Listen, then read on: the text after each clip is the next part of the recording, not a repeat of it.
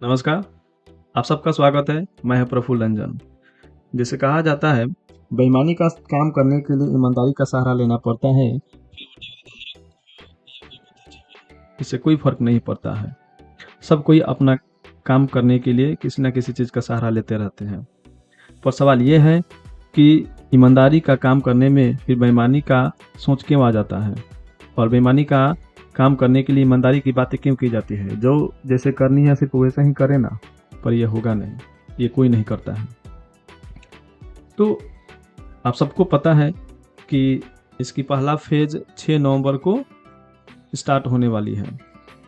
तो हमारे नेतागण गली गली घूम रहे हैं और चौक चौराहा पे बैठकर समोसा आलू खाकर और बता रहे हैं कि मैं शोषित, वंचित, पिछड़ा, अति पिछड़ा, अल्पसंख्यक इस सब का मैं नेता हूँ और सबका आवाज़ बनूंगा सदन में जाकर। आप मुझे वोट दे और जिताए। मेरी सरकार आएगी तो मैं आपके लिए ये काम कर दूंगा, आपके जीवन को और बेहतर बना दूंगा। जहाँ तक मुझे मालूम है ऐसा तो होता नहीं है। ये एक परंपरा चली आ रही है सदियों से कि हर पार्टी आती है, वो चाहे कुछ की हो या ना की हो, पर वो ऐसा ढोल बजाती है जैसे वो सब कुछ कर बैठी हो और बिहार न जाने कहाँ पहुँच गया, अमेरिका बन गया। इस तरह से बयानबाजी चलती है।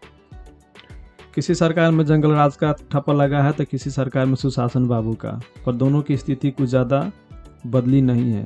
थोड़ा थोड़ा दोनों में सिमिलरिटी है, पर गहराई जो अंतर है वो बहुत है। जिसे कहते हैं ना, बताइए सेम सेम, बतवाइज सेम सेम बट डिफरेंसेस तनी मनी, बस वही खेल है। तो हमारे नेता लोग चाय का टपरी पर बैठकर बता रहे हैं, किसी के यहाँ खाना खा ले रहे हैं, बोल रहे हैं कि मैं तो बस इसका नेता हूँ, गरीबों का नेता हूँ, मैं गरीब का बेटा हूँ। गरीब तो गरीब रह गया और आप अमीर बन गए, आप करोड़पति बन गए। पर कभी भी आप बाज नहीं आते हैं ये कहने से कि मैं गरीब का बेटा हूँ। काहे को गरीब का बेटा? गरीब का बेटा तो भीख मांगने चला जाता है, पर आप तो करोड़पति होकर एसी में बैठकर ऐश फरमाते हैं। कहीं कोई मर जाए तो आप सांत्वना देने के लिए नहीं जाते हैं, बल्कि इसलिए जाते हैं कि वो वहाँ किस प्रकार की जातियाँ रहती हैं और जिनके वोट बैंक से मुझे क्या फ़ायदा हो सकती है, और फिर किन में झगड़ा लड़ा दिया जाए। ये सब सारी चीज़ें चलती हैं। तो अभी तो इलेक्शन आया नहीं है 2025 का, पर जातीय हिंसा स्टार्ट हो चुकी है। मोकामा की घटना आप लोग बाकायदा जाकर सर्च कर सकते हैं, गूगल पे, यूट्यूब पे बहुत सारी चीज़ें आपको वहाँ पे मिल जाएगी। तो ये कौन कराता है? कोई आम जनता जाकर तो इस बात का नहीं ढिंढोरा पीटता है कि आइए हम जाति जात में लड़ते हैं। इसका कहीं ना कहीं किसी का जो कनेक्शन बनता है वो किसी नेताजी से ही निकल कर कनेक्शन बनता है। और आप बाकायदा देख सकते हैं वहाँ के जो दो बाहुबली नेता हैं एक दूसरे पर आरोप लगा रहे हैं। बाहुबली जो चीज़ें हैं ना, ये हमेशा अपने आप को पॉजिटिव दायरे में रखकर कोशिश करती हैं कि मैं समाज में जाऊं। और कमाल की बात है कि जो पार्टियां हैं वो पार्टियां भी इससे कोई इनसे समझौता नहीं करती हैं, बल्कि वो उनको और ज़्यादा खुशी मिलती है कि हमारे पार्टी में एक बाहुबली नेता है और जो बाहुबली को टक्कर दे सकता है। पर आएंगे और बोलेंगे कि मुझे सत्ता में लाइए, मैं भ्रष्टाचार पे कोई समझौता नहीं करूँगा। जीरो टॉलरेंस नाम का एक शब्द है जो बोलते रहते हैं, पर खुद भ्रष्टाचार के आरोप में फंसे हुए हैं, पर भ्रष्टाचार से वो कोई समझौता नहीं करेंगे। खुद पे मर्डर केस लगा हुआ है, पर समाज में मर्डर, रेप नहीं होने देंगे, ऐसा उन लोगों का कहना रहता है। और हम जनता भोली भाली इस चक्कर में पड़ जाते हैं और फिर वाहवाही करने लगते हैं किसी नेता को।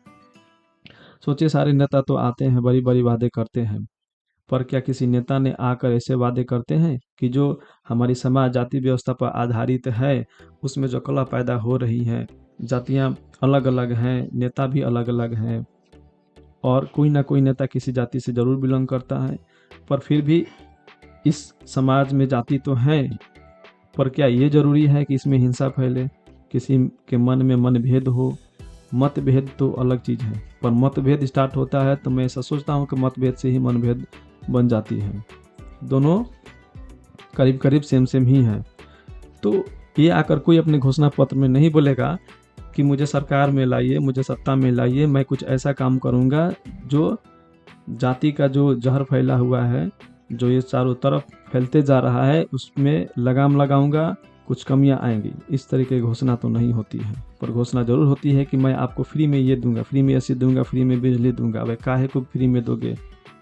किस के लिए दोगे? फ्री में देकर क्या एहसान कर रहे हो?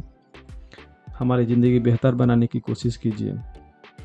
हम सब खुद ही संभाल लेंगे। इस राज को आगे ले जाना है तो सिर्फ बयानबाजी से नहीं चलेगा, कुछ कर दिखाना पड़ेगा। हम जैसे लोग, जैसे मैं प्रफुल्ल रंजन और आप में से बहुत सारे लोग वैसे हैं जो समाज में बदलाव लाने के लिए अपने अपने स्तर से, अपने अपने माध्यम से थोड़ी बहुत कोशिश करते जा रहे हैं। पर ऐसा ज़रूरी नहीं है कि ये ठीक भी हो जाए, पर क्या करें, कोशिश तो करना ही पड़ता है। हम भी कर रहे हैं और आप भी कीजिए। सब कोई करे, जो जहाँ पे है वैसे करते तो रहते ही हैं, इसमें कोई दो राय नहीं है। नेता अपना कोई भी काम करें वो अलग बात है, पर समाज में भी ऐसे कुछ अच्छे लोग हैं, कुछ नहीं बहुत सारे हैं, जो काम करते रहते हैं अपने अपने स्तर से। वो चाहे किसी प्लेटफॉर्म का सहारा ले, जैसे यूट्यूब का सहारा ले जो मैं कर रहा हूँ, या कोई और ले, पर कर तो जरूर रहे हैं। पर इसमें भी ऐसा नहीं कि अच्छे के लिए ही यूज हो रहा है, ये प्लेटफॉर्म हिंसा फैलाने के लिए भी यूज हो रहा है। आप सब लोग ज़्यादा सतर्क रहें, और इलेक्शन आ रही है, इलेक्शन में पार्टिसिपेट करें, वोट दें। वोट तो कहीं ना कहीं देना ही पड़ेगा, वो चाहे किसी पार्टी के नेता हो या किसी निर्दलीय का हो या कोई और हो। नोटा पे तो नहीं दबाना है, वरना उसका कोई फायदा नहीं। आप इस चैनल पर नए हैं, सब्सक्राइब करें, लाइक करें, शेयर करें, वॉच करें, और दोस्तों को भी बताएं कि शेयर करें। धन्यवाद।